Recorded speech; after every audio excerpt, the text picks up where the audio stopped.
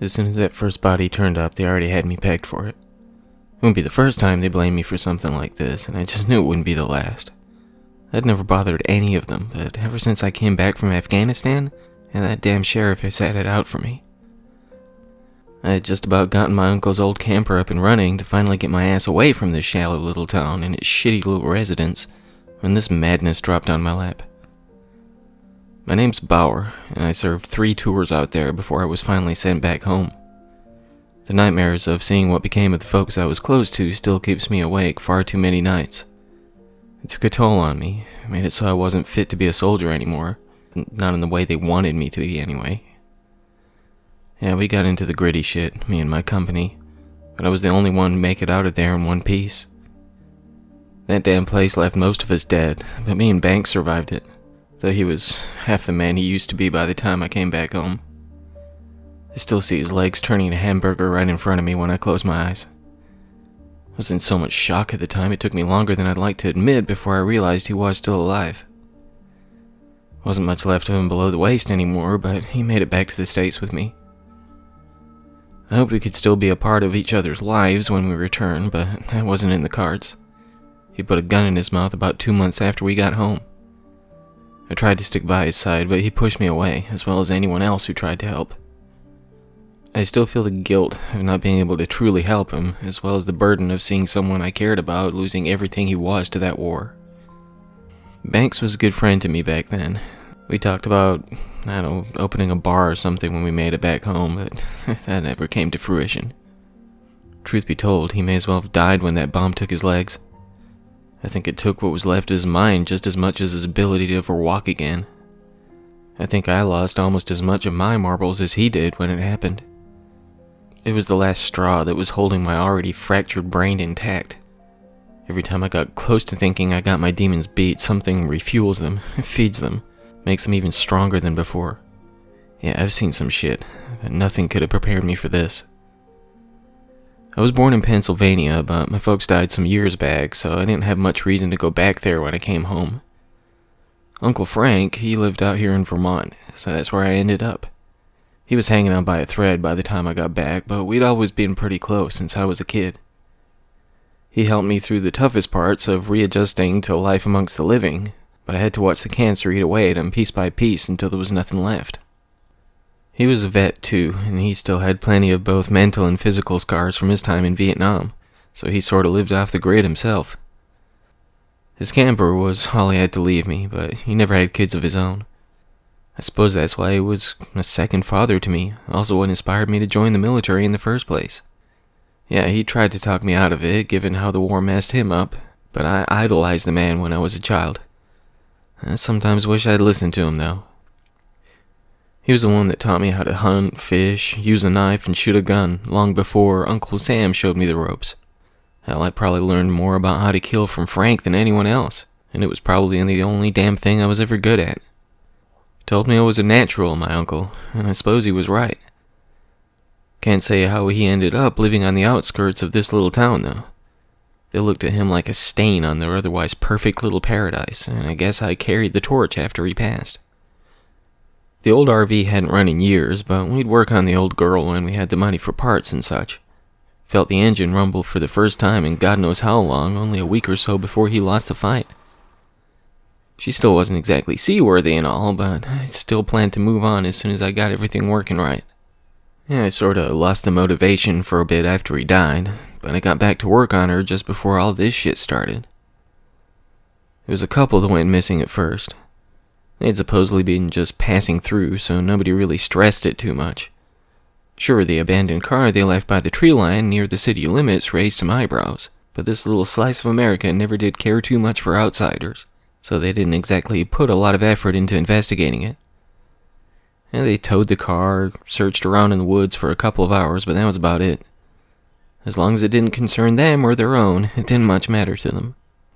Sure enough, good old Sheriff Garfield came knocking on my door when they were looking into it, though. He was creeping on about 50 and looked like he was probably in pretty solid shape when he was younger. He was a little over 6 feet tall, a good couple of inches taller than me, but he was pretty thick around the waistline, kept his head cleanly shaved aside from that thick caterpillar mustache. He always stood as tall as he could to look down on me, but that shit never fazed me. Yeah, anytime anything irregular happened, the old camper nestled up on the hill was his first stop. He didn't push it too far, though, not until one of their own came up missing. That day, he had me in shackles before I could even get a word in. Him and his little goon squad he called the neighborhood watch. They already had their mind made up that I was the one who did something to the group of teens who went partying out in the woods that weekend. Yeah, they beat on me a bit while I was in chains, called me baby killer and the like, but nothing I wasn't used to from folks like these. I've been tortured by far more experienced hands than some good old boys who hadn't even been in anything worse than a brawl or two. I took their hits, and I still told the same story I'd been trying to the whole time. I don't mess with anyone in this damn town, not unless I have to stop by the post office to pick up my check from Uncle Sam, or grab some odds and ends at the local stores. I didn't even know the kids who never made it home that night, let alone what could have happened to them. They still kept me locked up for a week or so, but after another disappearance left some body parts behind, they couldn't pin that one on me. Of course, Garfield didn't so much as attempt to apologize when they let me walk, but I wouldn't have expected any less from that rat bastard. He did have the nerve to ask if I'd be interested in joining the posse to hunt down what they assumed to be a bear or something, but I just walked away without a word. I didn't hear many details about what was left of whoever the limbs and guts blood belonged to, but they seemed pretty certain it wasn't something any man could have done. Yeah, I know what men are capable of. Seen some of the worst of it firsthand. Hell, I've done some of the worst of it myself, but there ain't much someone in the wrong state of mind can pull off if they have the time and means to do it. That was my thinking anyway, though I wasn't about to argue about being set free. Whether or not I gave two shits about the people of this city, I planned to do my own looking into who or whatever was doing this. Sorta wish I'd just stayed out of it, to be completely honest. Just got the old camper roadworthy and turned my back on this little shithole. And of course, there's a lot of things I would have done differently in my life if I knew then what I know now. And what's another few scars on the body and mind when all said and done, though? Ain't no point looking back. Not anymore. The posse consisted of maybe 20 or so guys, all of them big old shit-kicking jokers. A couple of them were the ones beating on me for the sheriff's delight, so I knew they had no chance against someone that tore some folks to pieces. Just because they're big, it don't mean they can fight. I've had worse beatings in a friendly sparring match or two. Hell, Uncle Frank hit harder when he was all skin and bones from the cancer. Whoever or whatever was out there, I knew they couldn't handle it. I tracked them from a good distance, kept the higher ground so I could see where they were headed. It didn't take me long to catch up with them either. I likely should have headed back to the camper to load up on some supplies, but Garfield reluctantly gave me back my K-bar when he let me go. I always kept it on me, even if I was just sitting around the fire pit like I was when they dragged me to the station. That knife was like a fifth limb to me all these years, and I can control it just as well as any of them, maybe even better. If we were hunting a man, it wouldn't take much to drop him, just a flick of the wrist, nothing to it. Night was falling when things took a turn, when I got the first sight of what was really going on here. Being that it was dark out, all I had to go on was the beams of their flashlights down below.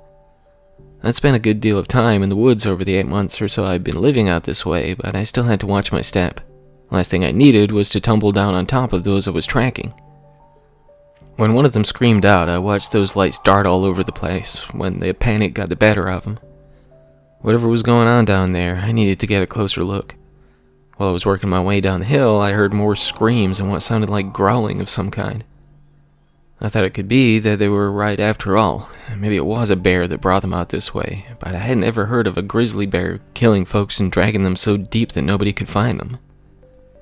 Whatever it was, it had the poorly trained posse spooked, and when one of them that was screaming turned to moist gargles, I knew the others wouldn't last much longer. Several of them were shouting and whining in one way or another, basically announcing their position to whatever was after them. I didn't have time to roll my eyes at their stupidity, but I was closing the gap.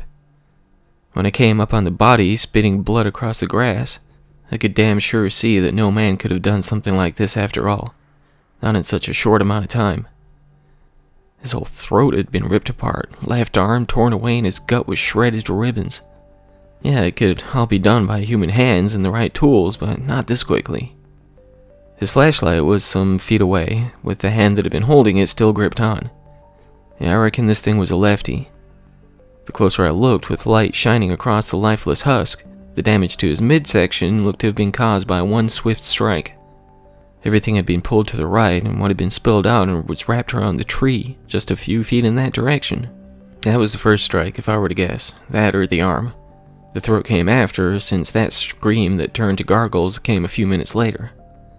That poor bastard didn't have a chance. When I was attempting to unwrap the rifle from his shoulder, that's when a couple of his buddies cleared the trees. And when they saw me kneeling next to the guy trying to claim his gun, they trained theirs on me, while barking more of their damn threats and bullshit.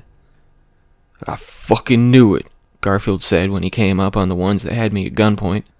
"It ain't like this, boys," I said, dropping the gun strap and raising my hands.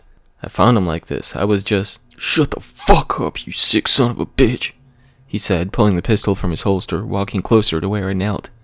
"I'm gonna do what I should have done in the first place." I knew what he was planning. I could see it in his eyes, that same look I'd seen on so many faces. I was all too familiar with the expression someone gets when they got killing in mind. He was walking slowly, almost reluctantly, but I had a feeling he wanted to do it right. I can't say if he'd ever killed anyone before, but the way his hands were shaking could have been anything from excited apprehension to just the shock of seeing what was left of his friend. He wanted to get close. He wanted to make sure he hit his mark, especially with the way his gun was tremoring. Yeah, he'd have to get right up on me to be sure, press the barrel right to my head. It's the only way he could be certain.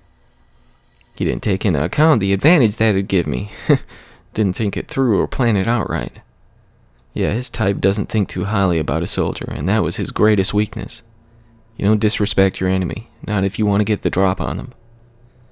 As soon as he pushed the barrel in my face, even though I could see that finger twitch and prepare to pull back, I was faster than him. I swatted that hand as soon as it was in range, spun him around to face his posse with my other arm, and pressed my blade against his throat, just daring his boys to open fire. "Look at my knife," I said, letting their lights hit metal. "It's clean. No blood, no guts or meat." Garfield was shaking like a leaf in a storm, but he was fighting hard not to so much as twitch. In his weak little mind, all he saw was that I was a killer, and he suddenly didn't want to give me a reason. "Does this look like a blade that could have done that?" I nodded at the ripped-up body on the ground, hoping their little brains could wrap around these facts. Each one of them still held their guns on me while they whispered back and forth like they were little kids telling secrets or something. I just kept praying they'd see the truth of what I was saying. And hard to figure out that not only had my knife not been used recently, but one little pig sticker couldn't have done that much damage. Not in so little time. "Just let him go and we'll talk it out, man," the one with the shaggy hair and finely trimmed beard said, still waving his rifle around like he was trying to swat a fly. "Yeah, if I drop him, you're gonna drop me. You think I'm that stupid?" I knew what they were thinking. Get the chief out of the way and fill my guts full of lead. I ain't always the sharpest tool in the shed, but I ain't as dumb as a box of rocks either. "Just let him," what I would assume to be whatever made that growling sound before howled out in some sort of almost guttural wail. I never heard anything like it my whole life, but luckily for me, the ones that held their guns on me looked like they hadn't either. They turned their heads in all directions, trying to find the source of the noise, and I wasted no time pushing Garfield to the ground before hauling ass away from them. As soon as the chief hit the grass, he yelled at the boys to fire, and I heard a barrage of bullets landing in the trees and dirt behind me, but I didn't let up until I was out of range. I heard them try to scamper after me, but the darkness, combined with them wasting time firing at nothing before they took to running, they weren't going to find me, not unless I wanted them to. "Power!" the sheriff yelled out from somewhere behind me. "You're in a world of shit when we find you." He wasn't wrong, of course, but whatever tore this man to shreds found me first. The local law would be the least of my trouble. On the flip side, if it got to them before me, they'd learn a thing or two about hunters and prey. What I had to decide at this point is, should I let it? That close-minded prick had made life hard for me and Frank for some time, but could I really just leave him and his boys to get ripped apart? I had never been much of a God-fearing man. My parents were regulars at church every Sunday since I was a kid, but they never forced me to walk the path they chose. Still, I put my life and sanity on the line to protect folks I'd never laid eyes on, leaving me with scars that'll never heal. No, this one wasn't my problem, not after everything the small-minded sheriff in his worthless little town had put me through. At that point, my only concern was getting as far away from my pursuers as I could. Whatever may or may not happen to them after I was gone wasn't my problem. Maybe if I could get back to the old camper, maybe I had enough life in it to get across the borders of the city. Free me from this damn place and its shitty residents. That was my thinking at the time, before the screaming started again. It could have been no more than instinct that made me stop running as soon as another horrified screech echoed across in between the trees. Perhaps it was my own fear of what was out there that made my pulse race while I stood in place, still almost gasping for breath from the flat-out sprint. Of course, it's very possible that I am a singularly stupid individual, one that allows some bizarre sense of morality to overrule my better judgment and send me charging back to those from whom I had only just escaped. Gunfire was erupting from all over the place ahead of me, while one gargled voice became silent before another yelled out in shock and fear. My heart pounded against the wall of my chest as I drew closer, even more so when I could make out the growls again. They were hauntingly deep, vibrating in guttural moans that sounded as though each one reverberated against the inner lining of my ears in ways I couldn't describe. I felt them as much as I heard them.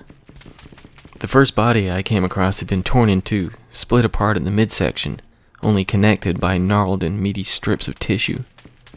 The expression frozen to the man's place was one of complete and absolute horrified shock. The look in his vacant eyes almost disturbed me more than the jagged remains of his spinal column, protruding through where his intestines were sprawled out across the dead leaves. With the others sounding as though they were only some yards ahead, I reached for the gun lying on the ground next to the empty husk, only to find he had apparently spent what ammunition he had. Even with all the awful shit I'd seen in my life, I still fought against retching across the bloodied pool of guts at my feet as I searched the body for any extra ammo. Can't say I wasn't surprised to find no trace of any, as these men were clearly not remotely prepared for this. As I raised up once more from the ground, a grisly howl called out from what felt like all around me, causing my stomach to churn even more than it already was. Being the incredibly stupid man I am, I charged onwards with my K-bar gripped tightly. If a full load of ammunition didn't so much as slow this thing down, I wasn't entirely sure what a finely honed 7-inch blade would do to it, but I had always been more skilled with a knife than a firearm. Yeah, it was a good shot, and rarely missed my mark, but I was always better up close and personal. Since the bizarre soundtrack of whatever this beast was sounded as though it came from all directions, I had little choice than to follow the sounds of the screams. It didn't exactly take rocket science to figure out that whatever the current victim was would lead me directly to what was killing them. After ducking under low-hanging branches while weaving between trees, some of which had deep gashes clawed into them, I finally came face to face with what I had been seeking. What I saw almost caused my knife to slip from my fingers before running back the other way. I was so shocked by the sight I couldn't even convince my legs to move. It stood twice the height of the guy with the neatly trimmed beard who had held outstretched in a dark fur-lined arm. It looked like every inch of the beast was layered in that thick black hair, though I could still make out the bulging and rippled muscles of its arms.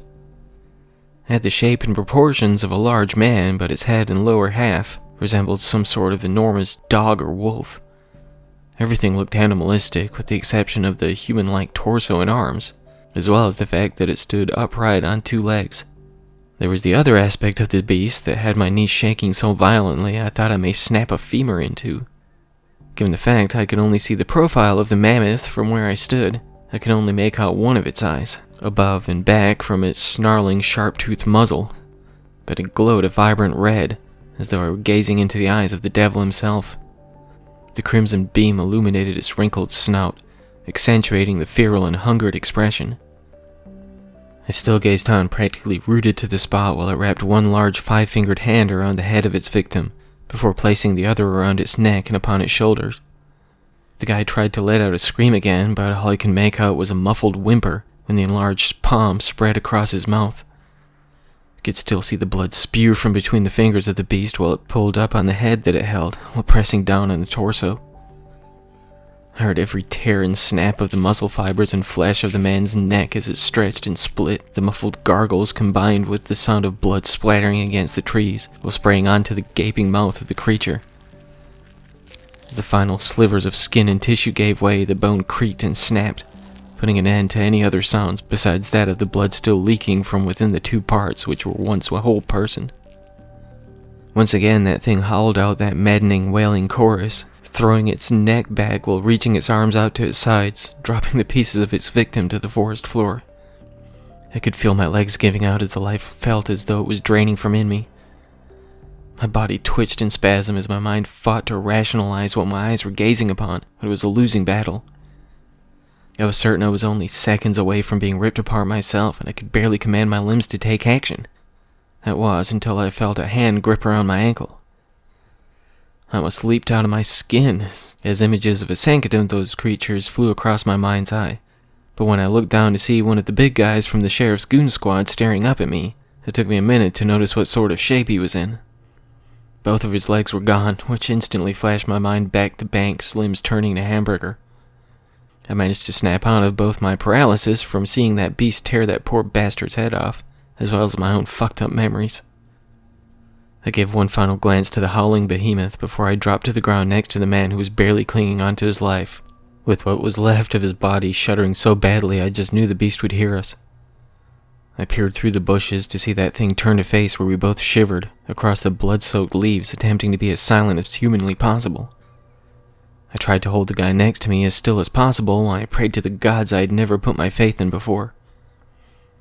I could feel my own senses begin to recover when I convinced my muscles to stop spasming, allowing me to regain my tight grip on the hilt of my knife, preparing to strike if the beast came close. It looked to be sniffing at the air as its snout wrinkled and puffed, but I could only hope that the scent of the carnage it had spread across the woods would be enough to disguise my own sweat and filth. While it darted its enormous head from one side to the other before strolling back in the other direction, I finally let out a slow and trembling breath, unaware I'd even been holding it in. The broken man and I stayed in that same spot, not so much as uttering a single word to one another for what felt like hours. While we waited, I pulled off my belt to wrap around the meaty stumps from where his legs used to be. Unfortunately, as I tightened it down to halt the flowing stream of blood, I noticed the guy's eyes were vacant and wide. I felt for the poor prick, even if he had pegged me for those brutal killings as much as Garfield, but nobody deserves an end like this. Even with the dead man right next to where I crouched, I still gave it another 10 minutes or so before I got moving again. Not only did I want to be sure that the thing had moved on, but I wasn't sure how many of Garfield's boys were still kicking. Unfortunately, that was a question that was answered only moments after I got back on my way. "There he is!" the sheriff's voice screamed out, accompanied by the hoots and hollers of several others. I turned to see multiple flashlights beaming as the clumsy footsteps of the posse came crashing through the trees right at me. "Look what he did! That sick son of a bitch! Shoot him on sight!" Were all about I could make out while one guy's words blended into another's before gunfire silenced all of them. I tried to scream out that I wasn't responsible for any of this, but if they thought me capable of separating limbs and heads with no more than my damn knife, there's no way my words were going to convince them of shit. I could only assume that the group had split apart while they were chasing me down, but I couldn't figure out how they couldn't see that whatever was making those feral and guttural noises was the one responsible for all the carnage. I just continued to run, hoping that these half-assed trained junior mercenaries wouldn't be able to land a hit on me. I didn't know if I was running away from them or towards a monster, but at the time, the bastards trying to gun me down were the most immediate threat. Still, I was trapped on that damn mountain with a giant hairy beast and an angry fucking mob, both of which would likely be thrilled to see me dead. Maybe if I'd been focusing on the road ahead rather than all of the madness, I would have noticed the ledge before I felt the ground disappear beneath my feet. When I felt my body practically slap across the water, I just knew I'd hit the ground, and this was the end for me. It took me a minute to realize I was sucking in water rather than floating away to Neverland or some shit. I wrestled my way back to the surface just in time to hear more guns fires from above, likely from the ledge I dropped from. To my continued surprise, I was apparently out of range enough for none of them to hit me before I made it to the riverbank. As soon as I was certain I was out of the mob's sight, I dropped to the ground, gasping for breath. I was hurting and exhausted. I was almost literally between a rock and a hard place, but at least I had a moment finally. I took a chance and allowed my body to rest before moving on, as I was sure it'd take them some time to get down to where I found myself. Still, even if I had managed to somehow survive the carnage the beast shed, as well as the ignorant pricks who couldn't tell the difference between an animal attack and what is realistically possible with a damn K-bar, it was quite clear to me that my long and brutal night had only just begun. By the time the damn goon squad made it to the riverbank, I was long gone. Though they didn't realize it, I could still see them, but they had no clue where I had headed. Of course, it wasn't exactly hard to make out where they were with the beams of their flashlights darting all over the damn place. They were yelling back and forth to each other so loudly I just knew they would draw the attention of that creature soon enough. On one hand, I really didn't see a problem with that, as it would take them out of the equation and I could hopefully get off this mountain while they were getting chewed on like an old pair of slippers. Unfortunately, I still wasn't sure if I could live with that on my already heavy conscience. I'd seen far too many good people die for no good reason, and even though these ignorant bastards would not fit into that category for me, I didn't know if I could just let them be torn apart. Besides, if they did all get wiped out by that thing, I was certain I would still be held responsible. With my luck, Garfield would still make it out unscathed, and he'd still pin it all on me, even if he did see that thing up close and personal. For the time being, I kept an eye on those hunting me, even if I hadn't decided yet what I would do if it came down to a them or me situation. As it turned out, that wouldn't be a debate I would have to dwell on for long. I'm not sure if it was the howling or the screaming I heard first. I'd been keeping an eye on the lights cutting through the darkness, but I couldn't make out much else from where I stalked above. I think it was pure instinct that sent me charging down that hill just as I had before. Yeah, I still had nothing to defend myself more than my K-bar, but I still knew I had to at least make an effort to clear some of the members of the sheriff's posse from the path of that thing. The closer I got to the sounds of now multiple yelling voices and discharging firearms, the more my own muscles began to twitch and shudder. As soon as I cleared the trees to see Garfield along with another 4 of his men, they instantly turned their guns on me, causing my feet to skid to a halt. "Your men are dying out here, Chief. We ain't got time for this shit," I said, hoping to rationalize with the man who had never shown the ability to be rational. The high-pitched shrieks and gunfire sounded to me only 40 or 50 yards away at most, but the boys wouldn't turn their guns away from me. "You got a partner out there?" Garfield asked. When another gnarled howl erupted from somewhere to their backs, each of them turned their heads with alarmed expressions etched across their faces. I almost took the opportunity to snatch at least one of their weapons while they were distracted, but I knew I had to keep things as peaceful as I could if I hoped to get through to them. Not only that, but I didn't need any of them getting trigger-happy and giving away our position. "That sound like a man to you?" I asked. "What's out there, man?" the tall and slender guy in the back of the group asked, still cutting his head to each side. "Come on, Chief, you gotta see what's going on here. If we work together, maybe we can survive this." "You think I'm stupid, Bauer? You just want me to let my guard down, right? Do you really?" "Damn it, Garfield, yes. I think you're being dumb as shit right now. You hear that?" I asked, pointing my finger in the direction of where the gargled screams were coming from. "Your men are dying out there, you ignorant bastard." He looked dumbfounded, but still walked closer to me, pressing the barrel of his rifle against my chest. "Pull that trigger, or get the fuck out of my way," I said, staring the close-minded prick down. If he wasn't prepared to do anything to help save his man, it would be up to me to try.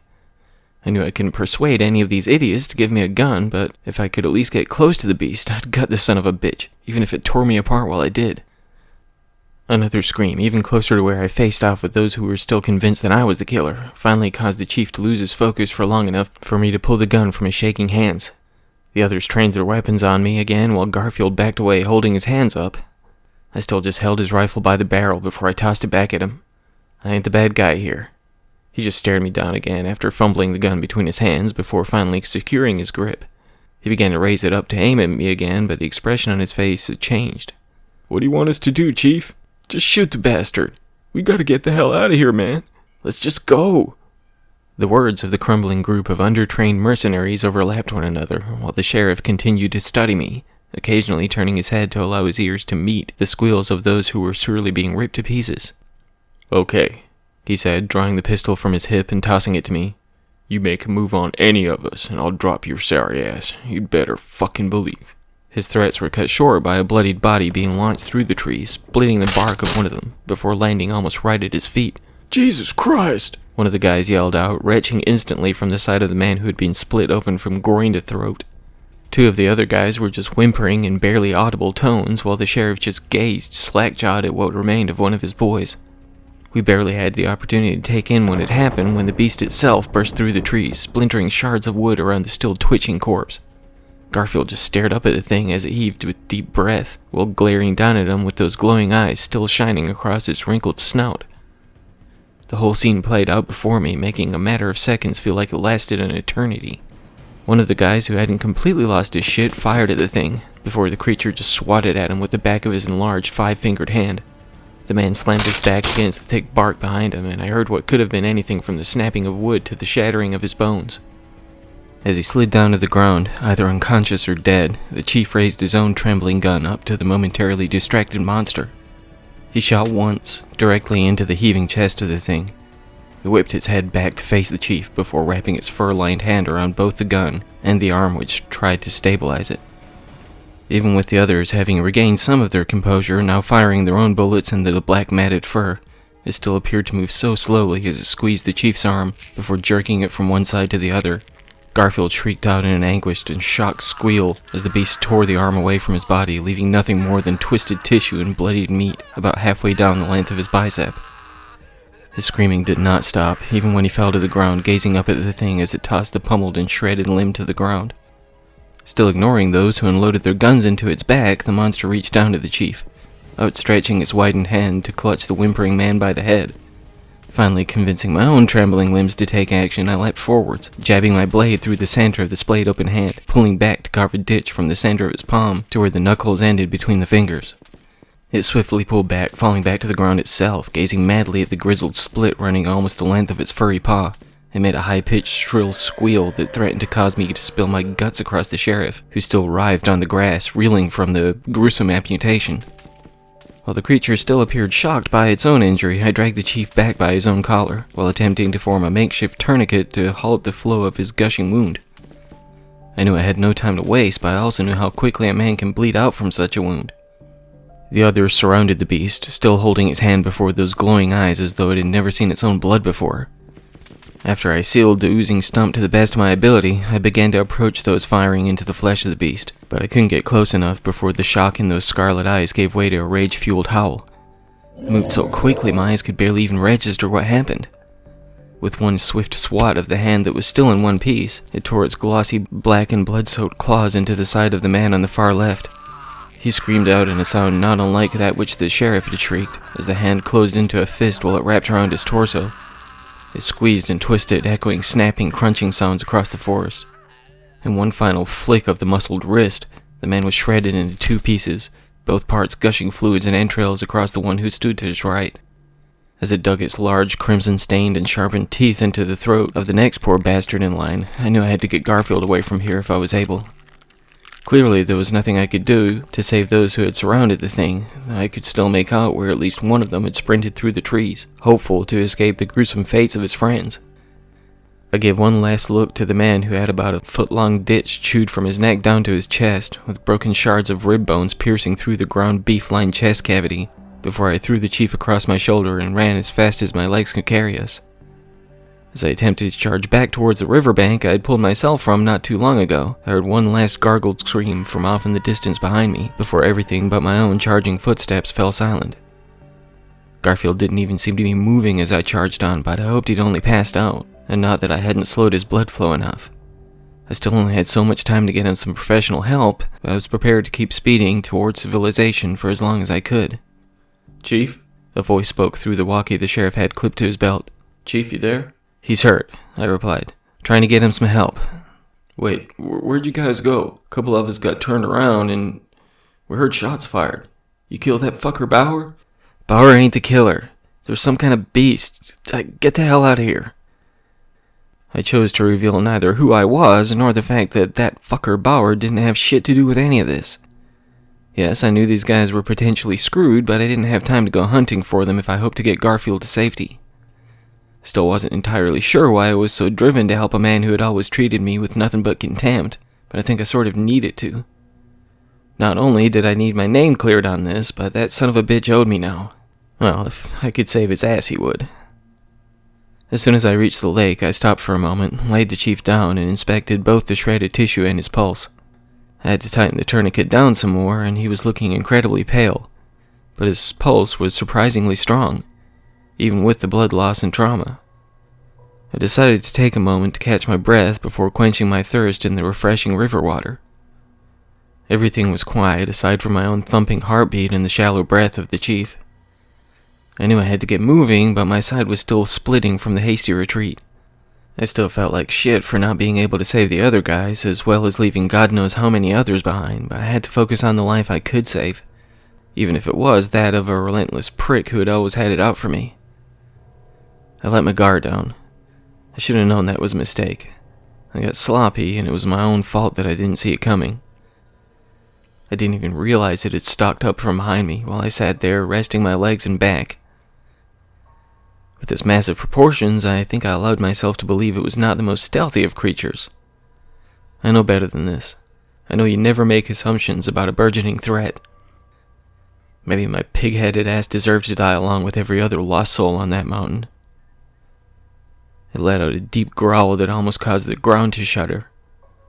I looked out to the water to see the moonlight's glow highlighting the reflection of the thing as it stood over me. Its chest was heaving with angered breath as it stared down at me with those piercing eyes. I stayed still. I didn't twitch.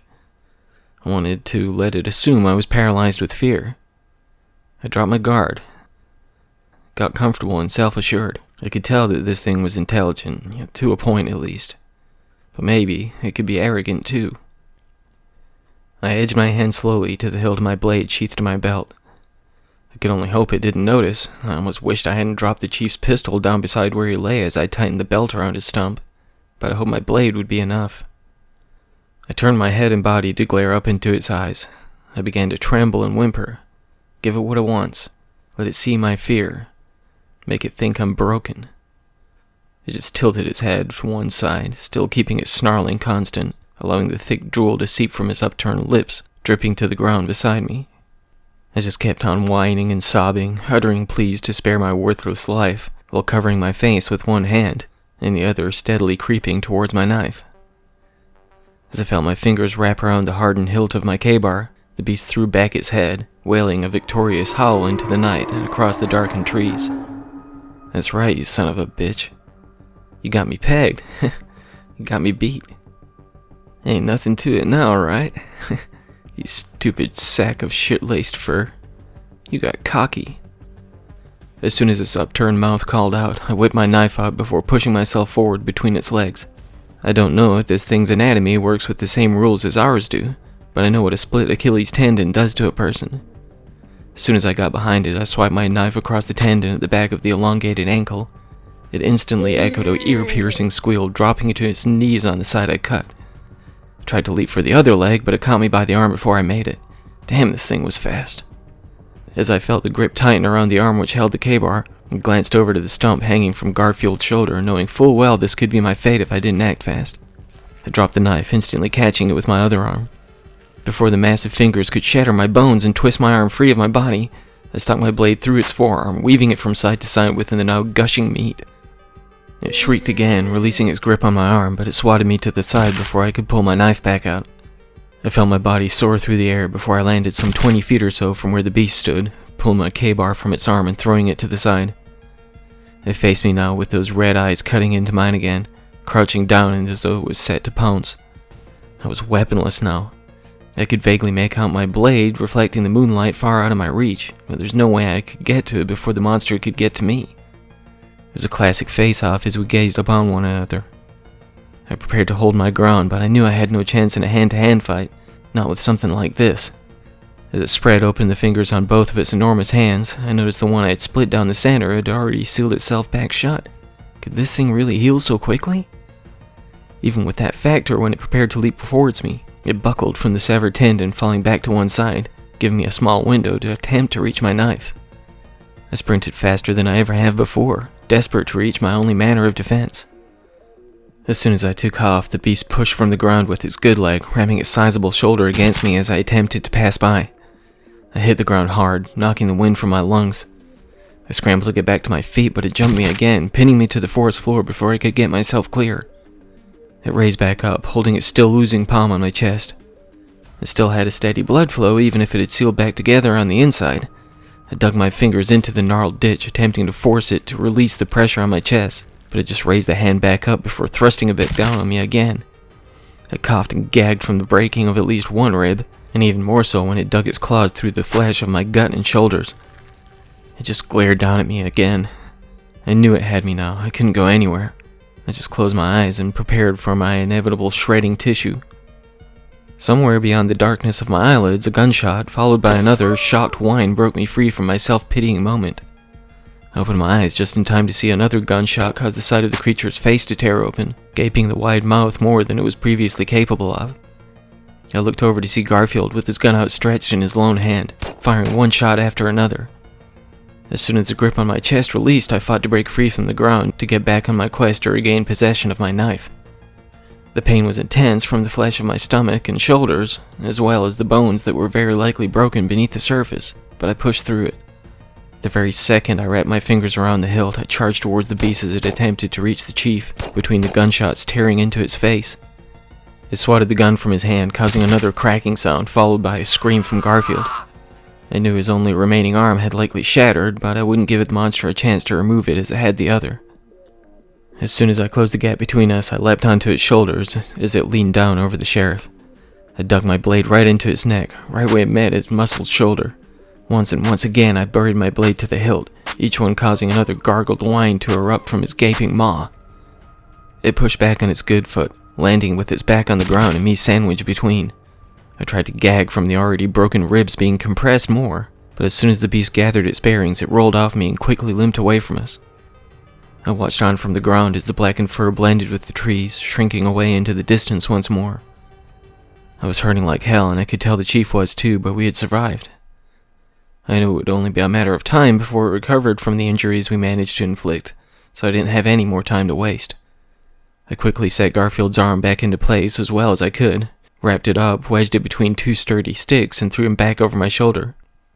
He protested at first, assuring me he was fit to walk, but we both knew he was in no condition to move as quickly as we needed to. Even with my broken rib bones skidding against one another beneath my skin, I wouldn't let up this time. I wasn't exactly sure if I was going in the right direction, but now that the chief was more aware, he was able to take part in the navigation. As we finally saw the streetlights of the city ahead between those last few remaining trees we had to get through, the voice returned on the radio. The sheriff warned them what was out there with them, and even though they sounded freaked out by this news, they assured us that if they couldn't get off the mountain, they'd find a good spot to hide. They talked back and forth with the chief, even when we managed to reach civilization again. Garfield said he would send in more guys to help them get back home, but they wouldn't hear it. With all the lives lost already, they made him swear they wouldn't send anybody else in. It didn't take long to get the attention of some of the city's residents, and being such a close-knit and friendly folk, to those they didn't consider outsiders anyway, they had an ambulance headed our way quickly. I didn't accompany the sheriff into the back of that meat wagon, though. My work was not yet finished, regardless of how much I was hurting. Yeah, I didn't have the ability to just rest for a bit and allow my body to heal as that thing did, but I didn't much care at the time. The chief offered me his gun before he was hauled away, but it was about as useful to me as a well-balanced rock with its ammunition spent. Maybe I'd be able to track down one of the weapons left in the wake of the creature's previous attacks, one that may yet have a few rounds left anyway. I figured I only had a little time before the monster was back up to full strength, so I had no time to worry about gathering up any other supplies I may need. It didn't matter if I didn't make it back off the mountain again. I didn't have much else anymore, aside from a beat-up camper that may never run again. I hated this damn town, and nobody would shed a tear for me even if I did put an end to that thing. But I spent most of my adult life putting myself on the line for folks who didn't give a shit if I was left in pieces when the dust clears. I was a living and breathing weapon. It's the only thing I'd ever been good at, and if there was ever a time to kill, yeah, this was it. That monster drew blood from the people of this shitty slice of the world before it took the time to spill mine too. Yeah, it was my turn now. I knew we could hurt it. A wise man once said, if it bleeds, we can kill it. That's just what I aim to do. Last time it had the drop on us, but I was the hunter now. I was ready for it now. It wanted a war, and who was I to disappoint? It wasn't long before I came upon the riverbank that almost left me dead for a third time, and there was still a healthy amount of blood pooled there. I figured most of it was what leaked out of the chief, but we put a hurting on the beast too. Of course, I was still aching pretty good myself, but I didn't have the time to worry about all that. Likely I'd be suffering a good deal more by the time the work was done, but yeah, that's just part of the job. Can't always be avoided, really. I took a minute to clean up my wounds by the lake, but they were still oozing quite a bit. I knew I'd have to do something about the bleeding soon, but I had nothing to use to seal myself back shut. The holes in my shoulder were leaking worse than the ones in my gut, but I would have to close them to the best of my ability if I hoped to take on the beast. Couldn't do much if I bled out by the time I hunted the bastard down. It didn't take me long to get back to where that poor bastard had been ripped in two, something that showed even more painfully now that I could really take it in. The look that was frozen onto his face was one I was all too familiar with.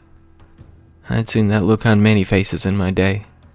Some of them saw the other side of it, but the expression was always the same whether they lived or not. Something like shock combined with the visceral horror of seeing a part of you that ain't there anymore. Could be something they can fix, but not always. Even if they did get it back in the end, it doesn't change that terror of losing it in the first place. I found the gun the man who was quite literally beside himself had been wielding before he met his end. There were still a few rounds left, but I would have to sacrifice at least one of them. It wasn't easy to split the bullet to access the gunpowder within. I ended up using 2 rocks as a makeshift set of pliers. I was a bit nervous I would set the damn thing off. Once I got to the powder, I packed it into each of the holes gouged into my meat. Fortunately, the guy who was kind enough to leave me his gun was also a smoker. I had to light each one of those holes individually, and I damn near passed out by the third. Took everything I had to finish the job, and by the time it was done, I was breathing heavier than I was by the time I got the chief back to town. I had to bite down on a stick to keep myself from screaming, but I couldn't risk letting that monster knowing I was coming for it. After a few minutes, I checked to make sure the blood had really stopped flowing and got back on the hunt. As I continued my hike, I saw more parts of folks hanging from trees or discarded on the ground. Blood lined the ground in places, and gore hung from branches here and there. Can't deny I felt my stomach fight against it a few times, even if the sight of such things were nothing new to me. I suppose you don't ever get used to something like that.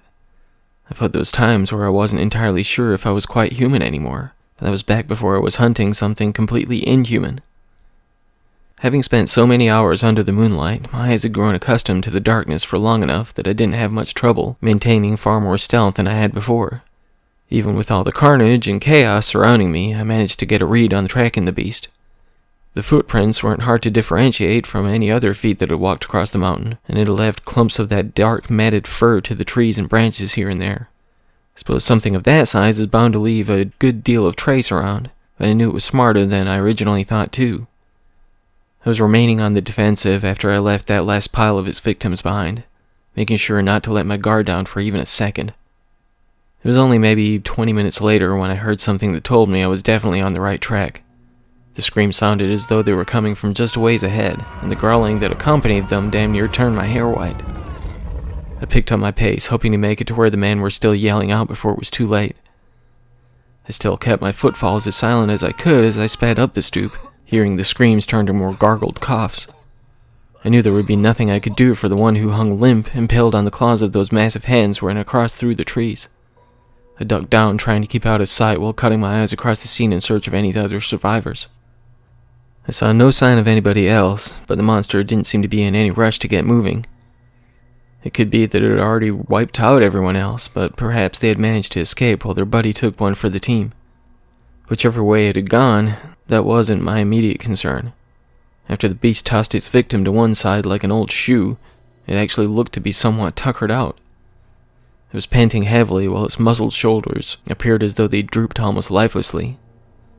As it slowly glanced in either direction before beginning to almost casually stroll away, it did not appear to be in any sort of hurry. If I was lucky, something that had felt incredibly elusive since the beginning of this batshit crazy night, it wouldn't notice me as I stalked behind. Even moving slowly, it was tricky to keep up, as those long legs took far wider strides than I was capable of. Though I did lose sight of it from time to time, I could at least hear what direction those heavy steps were coming from. I was so focused on keeping up, I damn near lost my footing on a wide ditch. It looked about 10 feet wide and just as many deep, but I caught myself before I caused enough of a ruckus to catch the attention of my quarry. I worried I'd lost it by the time I worked my way around the hole, but I made damn sure I carved into the tree closest to the edge. I had to be sure I recognized where that drop-off was the next time I came back this way. When the trees parted to give way to a fairly wide opening, I feared I would be unable to keep myself hidden as I followed from behind, but when I noticed where it was headed, I remained concealed behind the tree line. It looked to be an abandoned mine or something of the like. The wide entrance was surrounded by overgrown vines and bushes, but the beast didn't so much as look back before it crossed through the aged and cracked doorway. I stayed parked behind that thick bark until I was secure that the beast was not coming back out. Near as I could figure, this had to be its nest or lair, or whatever the fuck you call the home of a thing like that. It doesn't matter how big or evil something is, everything needs a good place to rest. God knows I could have used some myself, but I'd been trained to go without sleep for days if I had to. Once I felt sure enough that it wasn't coming back out, that's when I went to work. All I had was a gun, maybe a handful of rounds left, my wits, and my trusty K-bar. But if I played my cards right, I wouldn't need to shoot until it was ready. I stayed as silent as I could while I set some rocks out around the entry to the cavern. Not only would it give me an advantage if it stumbled a bit when it came back out, but I hoped I'd be able to hear it if it re-emerged while I took care of a few things. There were a few old boards splayed across the ground next to the opening, which I presumed were once bolted over the doorway to keep trespassers out. Yeah, those could come in handy soon enough. After I had my speed bump set up, I was headed back into the woods, not too far off, but enough of a distance to hopefully keep it from hearing what I was up to. It took some time to sharpen down enough of those loose and discarded larger branches into spikes, but I wedged several between the trees as well as lining the bottom of that pit I almost fell into a ways back. Even though I felt my broken ribs trying to tear through me from the inside out, I heaved some heavier ones up by some vines, setting up a trigger system for me to kick out of the way when the time came. I made a stack of rudimentary spears to perhaps be able to do some damage from a distance. It wasn't much, but I didn't have a whole lot to work with. It probably took me a good couple of hours to do what I could, but I had one last trap I wanted to set up, one that may prove quite tricky to get in place without disturbing my prey. I moved slowly as I crept up onto the opening of that mine shaft where the beast hopefully slept soundly. I set up the broken pieces of board before sliding one boulder after another up to the ledge. Those first few were the most concerning, as I couldn't know how much strength those ancient planks had, but I grew more confident with each one I managed to stack. I was sure they wouldn't hold in place for long, but once I felt sure there was enough to at least accomplish something, I was ready to wake the creature. I snuck back to the tree line, secured myself in place behind one of the thicker trunks, and trained my newfound rifle on the opening through which the beast crossed some hours before. Knowing neither how far it had gone inside, nor how quickly it may react to my assault, I would have to be able to switch my aim from the opening to the wooden planks above in a split second. I practiced switching the barrel's direction back and forth for a few moments before I was secure enough to make my shot. I didn't know how accurate this weapon was until I fired off that first round, but I could only hope that my reflexes would be quick enough with how exhausted my weakened body felt. My ribs still throbbed, as did the quintet of holes I had sealed shut with fire, but I had no more time to waste. This was it, win or lose. I could only hope I would do enough damage to it before I lost too much blood. As soon as the sounds of that first bullet launching into the open mineshaft echoed across the otherwise silent forest, an angered and ferocious howl erupted from inside. Even from as far away as I perched behind the tree, I felt the ground vibrate from the thundering giant feet. It only took a split second for those glowing red eyes to carve through the darkness before I saw that snarling snout being illuminated by the moon. My second shot instantly split the dry-rotted boards, spilling the large and heavy boulders across the upper back of the beast as soon as it sprung from the cave's mouth, stumbling over the large stones I had lined across the doorway. The very moment it uttered that high-pitched squeal from its mouth, I emptied the rest of my weapon's payload into that matted fur. Though the heavy rocks had pressed it momentarily to the hard ground, it wasted no time in pushing back to its feet, howling again as my bullets drilled into its flesh, spurting globs of thick and dark blood against the border of the entryway to its lair. A gargled howl breached its lips as crimson spewed from behind its jagged teeth.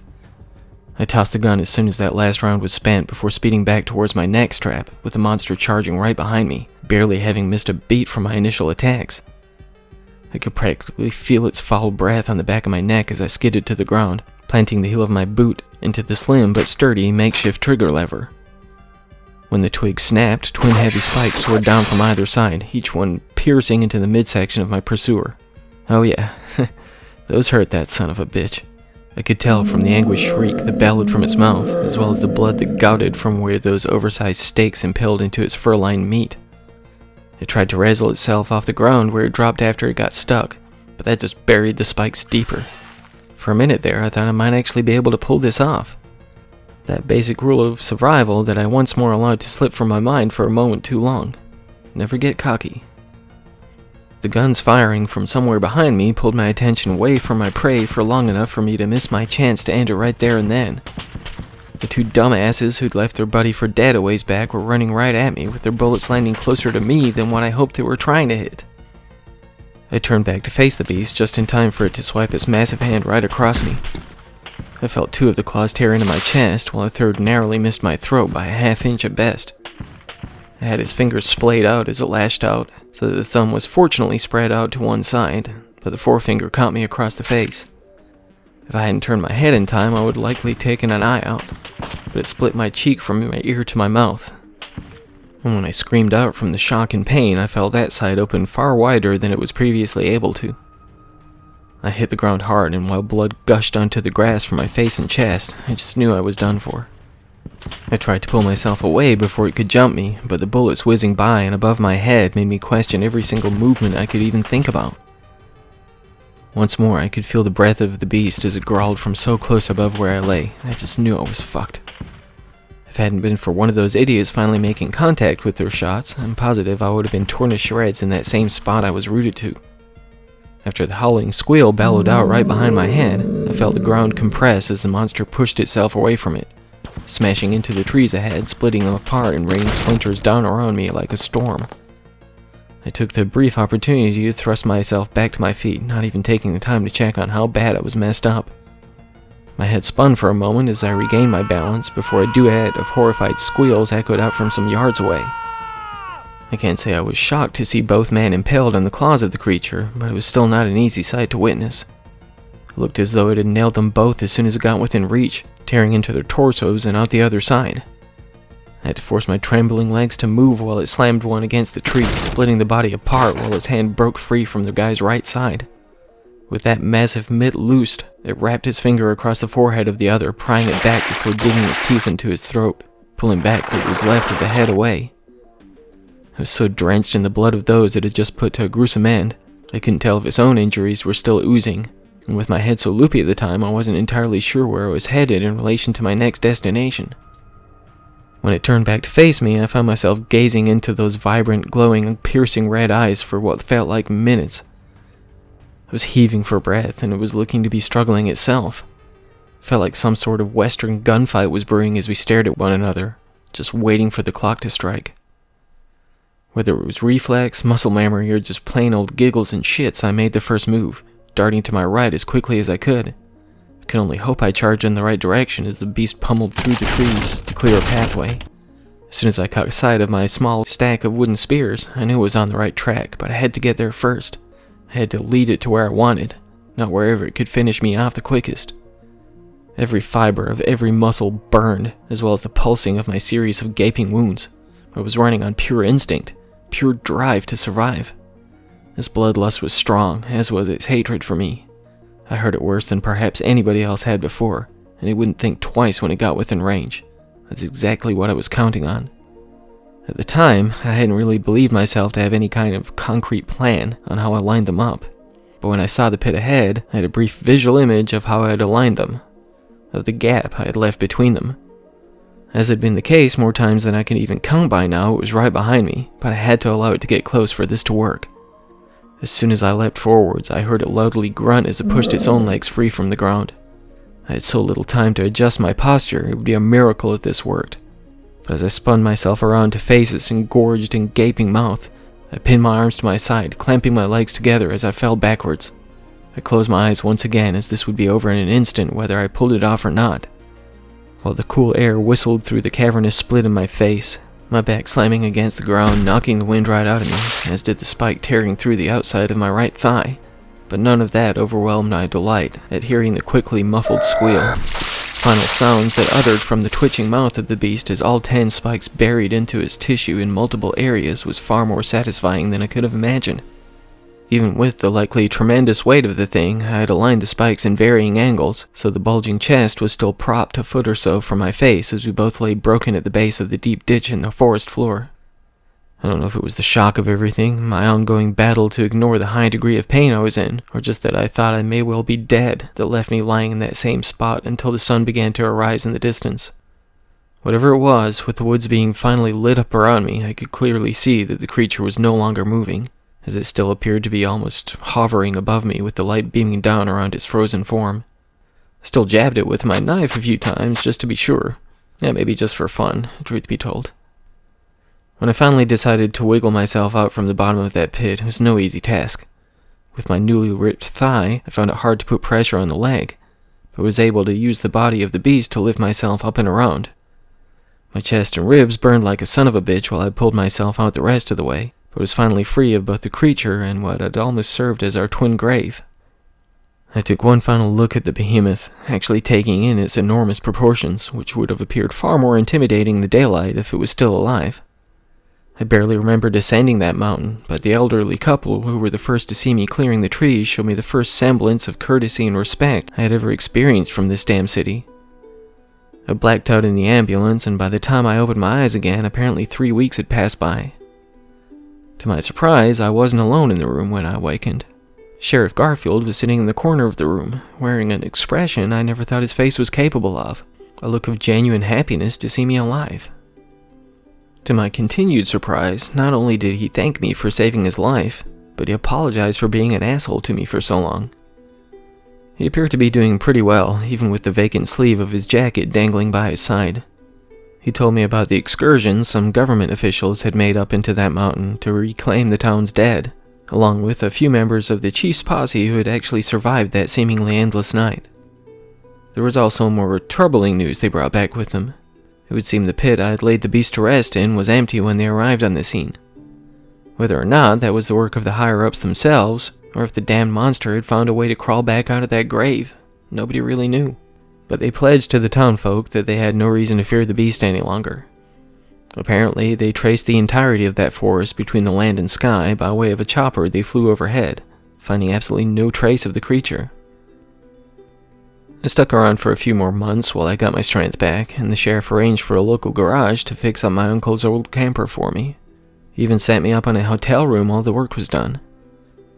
Sure enough, over the course of that time, it seemed the mountain had truly become a safe place for folks to camp and fish again. It took some time for many to get that idea. Most still wouldn't set foot in those woods ever again, but I felt pretty safe in the notion that my work here was done. The day I set out to leave town, Garfield shook my hand while telling me I was always welcome should I ever choose to return.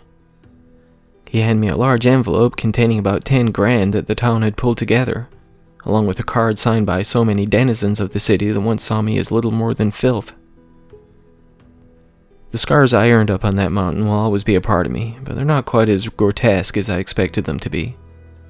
All in all, the doctors did a solid job on my face, though I have something of a permanent smirk on that side of my mouth now. Even the deep ditches on my chest are not as visible as they were when I first left the hospital. Yeah, I've gathered more than my fair share of scars over the course of my life, but each and every one provides me with a reminder, not of things I wish to remember, but of things I have survived. And that's not for nothing. I don't know where I'm headed from here, but I don't think I'm quite ready to rejoin the world just yet. I can't say whether I'll come back this way or not, but it's nice to know there are people I may have place amongst, should I ever crave such a thing. For the time being, I think I'll find somewhere secluded, somewhere I can heal both my body and mind. I thought I'd seen the worst things that the world had to offer, but I can only imagine what else may be out there lurking in the shadows, just waiting for something to chew on. If I'm lucky, maybe I've seen the last of such things. And that's what I'm hoping for anyway.